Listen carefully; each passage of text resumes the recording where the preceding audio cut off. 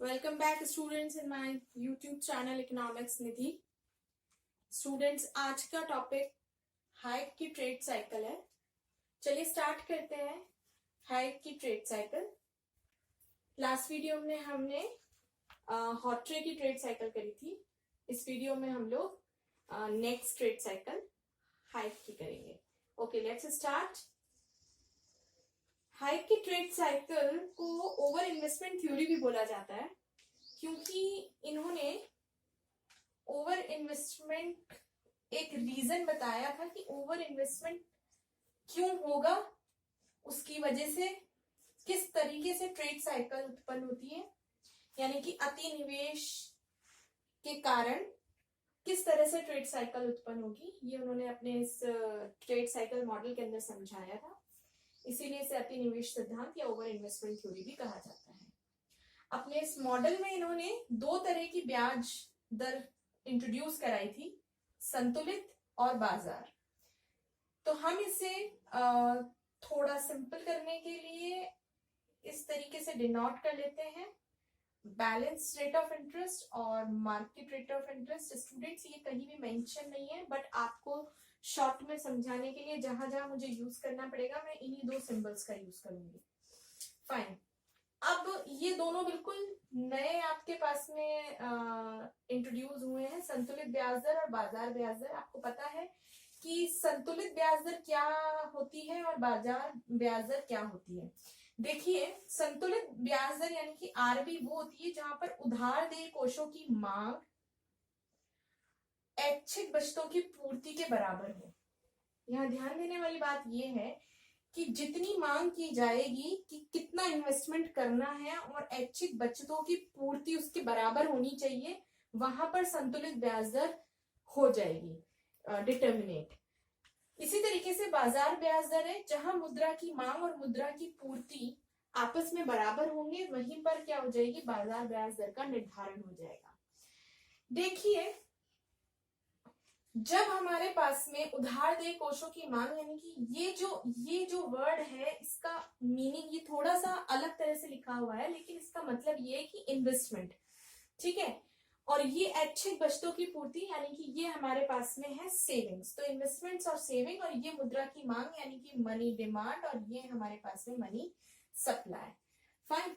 तो ये चीज है संतुलित ब्याज दर, ये इन्वेस्टमेंट और ये सेविंग जहां इक्वल होंगे। देखिए, अब जहां पर ये संतुलित ब्याज दर यानी कि आरबी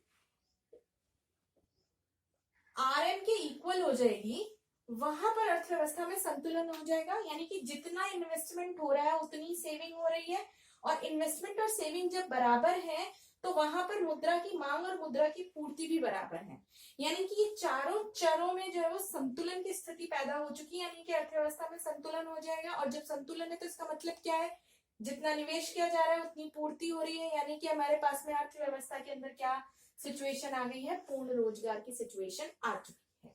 तो ये सिचुएशन हमारे पास में पूर्ण रोजगार की सिचुएशन होगी, ये हाइक के अनुसार बताया गया है। अब देखिए, एक कंडीशन तो हमने इसमें से कर ली है, पूर्ण रोजगार की कंडीशन, यानी जहां पर संतुलित ब्याज दर हमारे पास में बाजार ब्याज दर के बराबर होगी, वहां पूर्ण रोजगार की सिचुएशन होगी।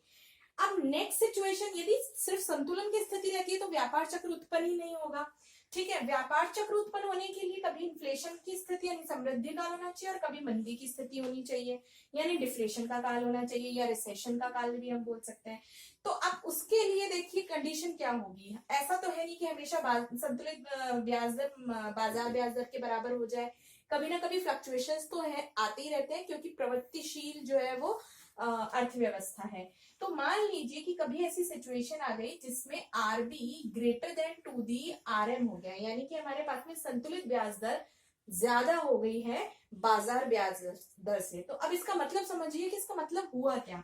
इसका मतलब ये है कि हमारे पास में संतुलित ब्याज दर क्या थी, उधार कोषों की मांग, है ना, और ऐच्छिक बचतों की पूर्ति, यानी कि जो उधार देय कोष थे उनकी मांग, यानी कि इन्वेस्टमेंट की मांग बहुत ज्यादा हो गई है, इसकी मांग ज्यादा हो गई।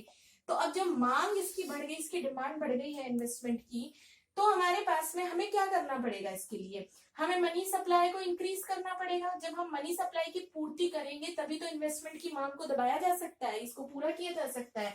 तो जैसे ही हमने मुद्रा पूर्ति को बढ़ाया, जैसे ही मुद्रा पूर्ति को हम बढ़ाते हैं, उसकी वजह से मार्केट में मनी सप्लाई ज्यादा हो गई, लोगों के हाथों में पैसा ज्यादा आ गया।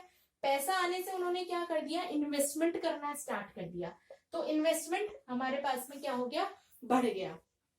इन्वेस्टमेंट बढ़ गया तो ऑब्वियसली बात है हमारे पास में उत्पादन बढ़ जाएगा। उत्पादन बढ़ाने के लिए प्रोड्यूसर जो है उसको उत्पादन के साधनों की मांग जो है वो करनी पड़ेगी, यानी कि फैक्टर्स की डिमांड इंक्रीज हो गई। और ये देखिए, ये सिचुएशन बिल्कुल वही आ गई जो हॉटरे ने दिया था, यानी इन्फ्लेशन के दौरान ये सब बढ़ते हुए हैं। अब फैक्टर की इनकम बढ़ी है, फैक्टर की डिमांड बढ़ी है तो फैक्टर की इनकम भी बढ़ जाएगी। जब फैक्टर की इनकम बढ़ी है तो इन्होंने उत्पादों की यानी कि वस्तुओं की मांग, इनकी जब मौद्रिक मजदूरी बढ़ चुकी है, मौद्रिक आय बढ़ चुकी है, तो ये जाहिर सी बात है ज्यादा उत्पादों की मांग करेंगे तो गुड्स की डिमांड जो है वो इंक्रीज हो गई है। इस तरह से ये जो दौर है इसके अंदर प्रॉफिट भी इंक्रीज हो जाएगा। सभी चीजें देखिए आप, समृद्धि का दौर चल रहा है और कीमतें, जब यहाँ पर डिमांड इंक्रीज हो गई है तो ऑब्वियसली हम लास्ट में कहेंगे कि कीमतें भी इसकी बढ़ ही गई है। तो कीमतें बढ़ते ही हम ये कह सकते हैं कि इन्फ्लेशन का दौर आ गया है, सामान्य कीमत स्तर ऊंचा होता जा रहा है ना, रेजिंग अपवर्ड शिफ्ट होता जा रहा है। तो इस तरीके से ही हमारे पास में इन्फ्लेशन की सिचुएशन आ जाएगी।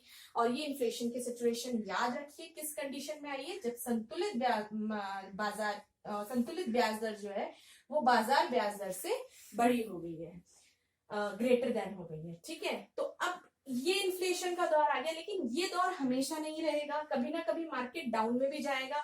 मार्केट डाउन में जाने का कंडीशन यही हो गई है कि बहुत ज्यादा इन्वेस्टमेंट हो गई है, प्राइसेस बहुत ज्यादा बढ़ गई हैं, इतनी बढ़ गई है कि आम आदमी के पहुंच से बाहर हो गई है। तो जाहिर सी बात है वो क्या करेगा कि इन वस्तुओं को छोड़ देगा जो उसकी पहुंच में है ही नहीं। जब पहुंच के बाहर है वो इम्पोर्टेड वस्तुएं जो उसको और सस्ती मिल रही है उनकी तरफ यदि डिमांड करेगा।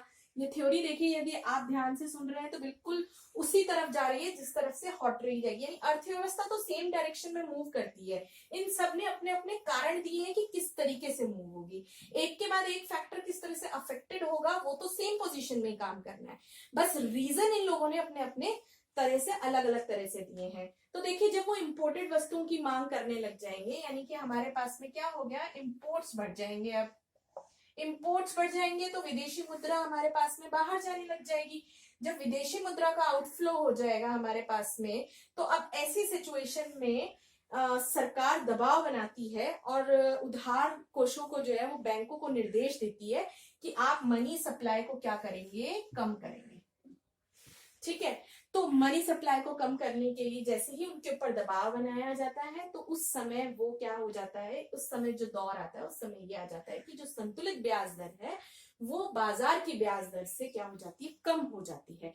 क्योंकि अब इस सिचुएशन के अंदर लोग इन्वेस्टमेंट तो करेंगे नहीं, क्योंकि डिमांड ही नहीं आ रही है इतनी बड़े प्रोडक्ट्स की। तो जब प्रोडक्शन नहीं कर रहे हैं तो वो अपना इन्वेस्टमेंट नहीं हो रहा, प्रोडक्शन नहीं हो रहा, तो अपना ज्यादा से ज्यादा पैसे जो है वो सेविंग में लगाएंगे। जब उनकी जो बचतों की पूर्ति बढ़ती जा रही है तो ऑब्वियसली संतुलित ब्याज दर क्या हो जाएगी, हमारे पास में कम हो जाएगी और हमारे पास में बाजार ब्याज दर क्या हो जाएगी, ज्यादा हो जाएगी। तो इस सिचुएशन के अंदर हमारे पास में डिफ्लेशन आ जाएगा। सेम थ्योरी है वही चल रही है हमारे पास में। तो देखिए, यदि अपन ने ध्यान से देखा है तो हॉटर और हायर दोनों ने मनी सप्लाई पर जोर जरूर दिया है, लेकिन रीजन क्या है, इन्होंने बोला है मनी सप्लाई को बढ़ाना पड़ेगा। क्यों बढ़ाना पड़ेगा, जस्ट बिकॉज ऑफ दैट कि उधार देय कोषों की मांग में वृद्धि हो जाती है, ये कंडीशन आती है तब। इसी प्रकार से हॉटरे ने भी मनी सप्लाई को बढ़ाने पर ही जोर दिया है, उनका सिद्धांत भी यही मौद्रिक समस्या से संबंधित ही था। उन्होंने भी मुद्रा की पूर्ति में ही परिवर्तन बताया, लेकिन उन्होंने बोला मनी सप्लाई चेंज क्यों हो रही है, क्योंकि मनी डिमांड इंक्रीज हुई है। फाइन, उन्होंने इस चीज पर जोर दिया है। तो इस डिफरेंस को हमें समझ के चलने की जरूरत है, क्योंकि जब नेट का पेपर आता है तो उसमें डायरेक्टली आपसे कंप्लीटली इस तरह से नहीं पूछा जाता है। अभी हम आगे भी पढ़ेंगे हिग्स की, सैमुअलसन की ट्रेड साइकिल्स, तो उनमें भी आपको थोड़ा डिफरेंस करते हुए चलेंगे कि किस तरीके से क्वेश्चंस पुट अप होते हैं वहां पर, और माइनर सा जो डिफरेंस है वो यहाँ देखने को मिलता है। तो स्टूडेंट्स आज के लिए इतना ही हाइप की ट्रेड साइकिल में। नेक्स्ट ट्रेड साइकिल हम जल्दी शेयर करेंगे आपके सामने। यदि ये वीडियो आपको पसंद आया तो प्लीज लाइक कीजिए, सब्सक्राइब भी कीजिए और शेयर भी कीजिए। Thank you very much.